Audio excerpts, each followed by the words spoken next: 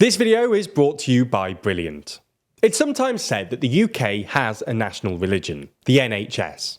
However, this isn't the only national institution that transcends politics and is regularly defended by all the major parties. The triple lock pension promise is also revered in the same way. Introduced in 2012 by the Conservative Lib Dem coalition, it was a way to ensure that the state pension provided to retirees increases at a reasonable rate each year. However, each year that passes, the amount that the government spends on pensions slowly increases, raising the fear that, at some point, the government will need to reassess its pension offering and make it less favourable, or even just scrap it altogether. So it's worth asking, is the government's current triple lock pension offering too generous? Does it favour retirees over younger working people? And should the government ultimately reconsider the triple lock? Before we start, if you haven't already, please consider subscribing and ringing the bell to stay in the loop and be notified when we release new videos. Now, before we get any further, it's probably worth actually explaining what the triple lock is and how it affects pensions. Pensions in the UK are actually quite complicated, with two different systems in place. The first system, the old one, applies to anyone who reached retirement age before the 6th of April 2016. Anyone who reaches the retirement age after the 6th of April 2016 qualifies for the second system, known as the new state pension. This was designed specifically in order to make the pension system less complicated. Now, in order that pensions aren't eaten away by inflation or overtaken by the working population's income, they have to rise by some metric each year. The government decided that the best way to do this was via something known as the triple lock, which makes sure that the state pension rises by earnings growth, inflation, or 2.5%, whichever is highest. This triple lock applies to both the old and new state pension system.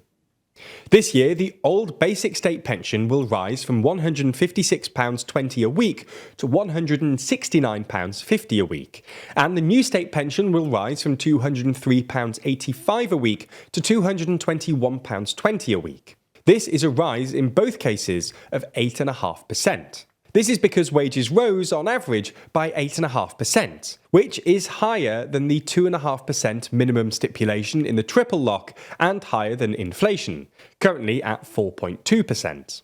The triple lock has had some very notable positive effects, with fewer than 1 in 5 pensioners living in poverty in 2023, compared to over 1 in 4 in the 1990s. Prior to the triple lock too, pensions had been slowly eroded. The Thatcher government argued in the 1970s that it was unsustainable for pensions to increase against whatever is higher of earnings or prices, so they linked pension rises simply to prices instead.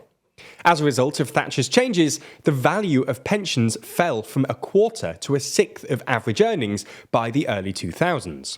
The triple lock has helped to further restore this link between earnings and pensions, and has prevented another decline in pensions against workers' income. However, some argue that the triple lock has gone too far and has swung the pendulum too far in favour of pensioners.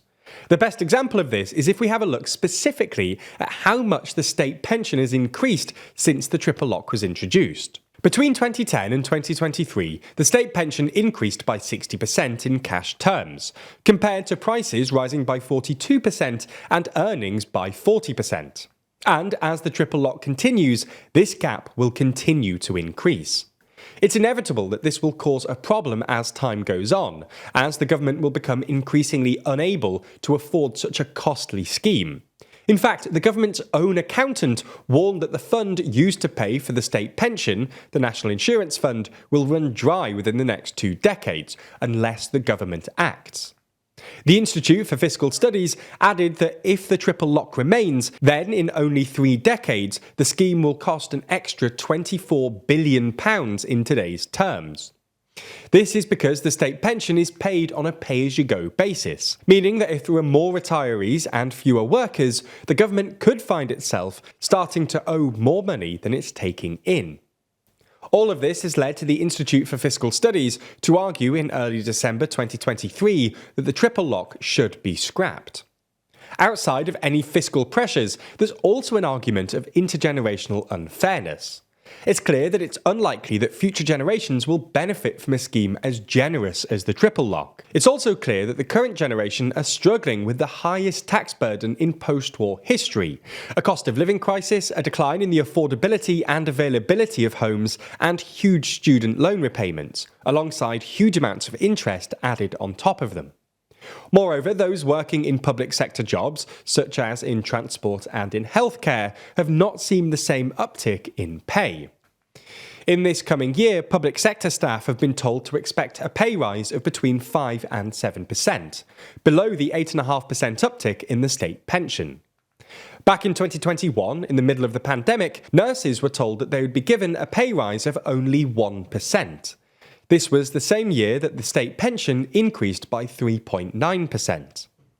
The point is that the country is going through a tricky period. Working people have been expected to pay higher taxes, and those in the public sector have had to deal with below-inflation pay rises. These difficulties only serve to highlight the intergenerational inequality argument about the triple lock. As things stand though, both the Tories and Labour nominally back the triple lock and committed to keeping it in their 2019 manifestos. This is actually relatively unsurprising. The public as a whole supports the triple lock, with 2/3 supporting it and only 11% thinking it should be scrapped. Obviously, support from retirees is the highest, with 85% in favour of keeping the triple lock. Ultimately, this is the age bracket most likely to vote Tory, and the idea of upsetting them in the run-up to a crucial general election is just unpalatable. Even among the 18 to 29 age bracket though, 53% of respondents are in favour of keeping it.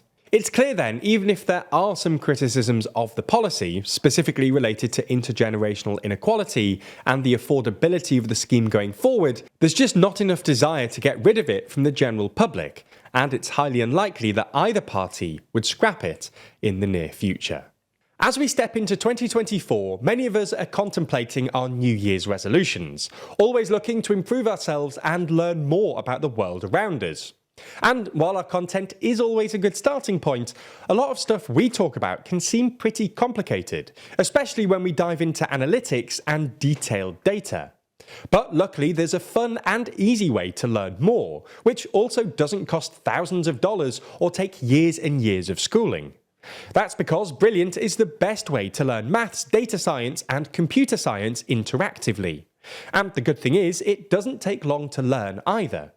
These complex topics are broken down into small but accessible chunks, designed around your busy schedule. Even just a few minutes a day can help you with accumulating new knowledge over time in a fun and engaging way. As time goes on, you'll also get used to that empowering feeling of learning too, because Brilliant isn't just about memorization and lectures.